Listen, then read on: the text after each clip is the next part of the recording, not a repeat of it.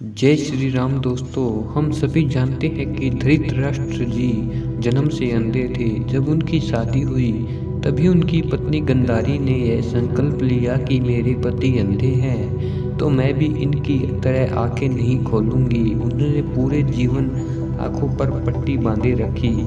जब महाभारत का युद्ध हुआ तो उसने कौरवों और पांडवों दोनों को बराबर आशीर्वाद दिया। युद्ध में सहस्त्रों योद्धा मारे गए। युद्ध की निर्णायक स्थिति में दुर्योधन और भीम में गदा युद्ध हुआ।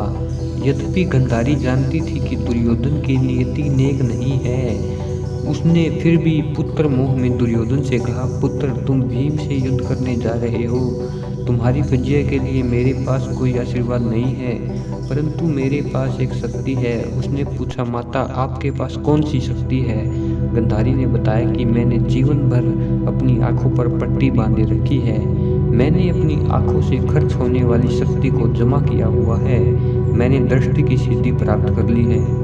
भीम से युद्ध करने से पहले तुम निर्वस्त्र होकर मेरे पास आ जाना। मैं अपनी दृष्टि डालकर तुम्हें सारा शरीर वज्र का बना दूंगी, फिर तुम्हें कोई अस्त्र शस्त्र नहीं काट सकेगा।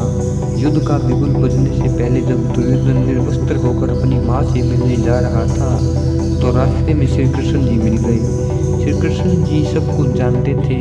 उन्होंने उनसे पूछा, दुर्योधन यह क्या कौतुक है? तुम अपनी माँ से मिलने जा रही हो, क्या तुम्हारा यह इस तरह निर्जन रास्ता में जाना उनको शोभा देता है? यदि तुम और कुछ नहीं पहनते तो कम से कम अपने गुप्तांगों को तो ढक लो। श्री कृष्ण की बात उनको समझ में आ गई। वह अपने गुप्तांगों को ढककर माँ के पास चला गया और जाकर बोला, माता जी मैं आ गया।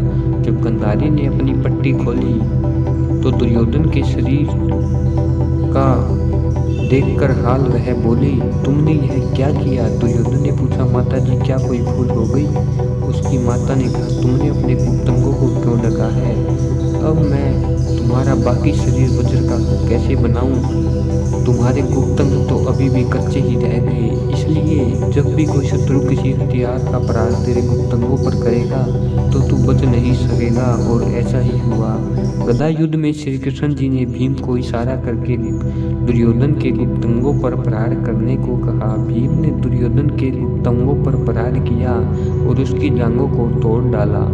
तभी दुर्योधन का अंत हुआ, अन्यथा उसका बाकी शरीर तो उसकी माँ ने दृष्टि से वज्र का बना दिया था। परमसंत जी कहते हैं, बाहर की जो आंख देखती सारा झगड़ा झूठा है, अंतर की आंखों से देखो घटका खेल अनूठा है। मन माया की फिर दुआई 25 ने लूटा है, भवसागर तिर गए सतगुरु ने सिर टूटा है। जो जीव सतगुरु की शरण ले लेता है वह अरण्य से तुलसी, राई से पहाड़ और काग से हंस बन जाता है। तो हमारे जीवन में गुरु का बहुत ही महत्व होता है। उम्मीद है आपको कहानी पसंद आई होगी। धन्यवाद दोस्तों।